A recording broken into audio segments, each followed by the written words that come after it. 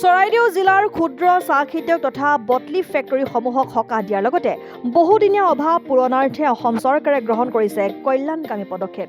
এই পদক্ষেপৰ অংশ স্বৰূপে 29 জুন তাৰিখে চৰাইদেউ জিলাৰ মথুৰাপুৰ ৰাজহুৱা প্ৰেক্ষাগৃহত মন্ত্ৰী বিমল বৰাই আনুষ্ঠানিকভাৱে এক ভ্ৰাম্যমাণ চাহপাত পৰীক্ষণ লেবৰেটৰী শুভ উদ্বোধন কৰে। আদৰণি ভাষণেৰে সভাখনি আৰম্ভ কৰে চৰাইদেউ জিলা আয়ুক্ত নিবেদন দাস পাটোৱাৰীয়ে।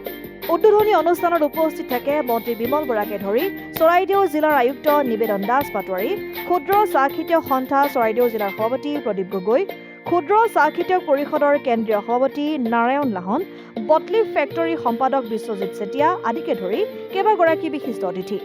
9খন জিলাত একোটা ভ্ৰাম্যমাণ লেবৰেটৰী আমি সংস্থাপিত কৰিছোঁ।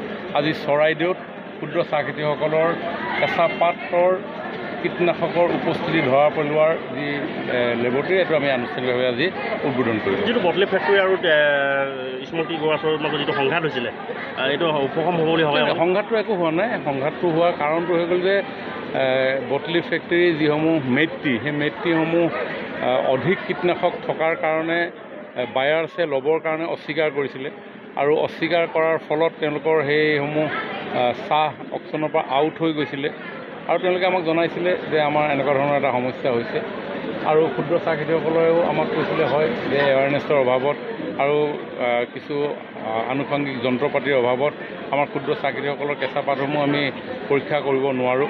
আৰু এই গোটেই কথা বতৰাবিলাক পতাৰ অন্তত মাননীয় মুখ্যমন্ত্ৰী ডাঙৰীয়াই সিদ্ধান্ত গ্ৰহণ কৰিলে যে 9খন জিলাত এতিয়া একোটা মোবাইল লেবৰেটৰী কেঁচা পাত পৰীক্ষা কৰিবৰ কাৰণে সংস্থাপন কৰা। গতিকে ইয়াতে যেতিয়া আপোনাৰ কেঁচা পাত পৰীক্ষা কৰিবৰ কাৰণে সুবিধা হৈ যাব তেতিয়া ডেফিনেটলি এই যিটো সমস্যা এই সমস্যাটো নাইকিয়া হ'ব।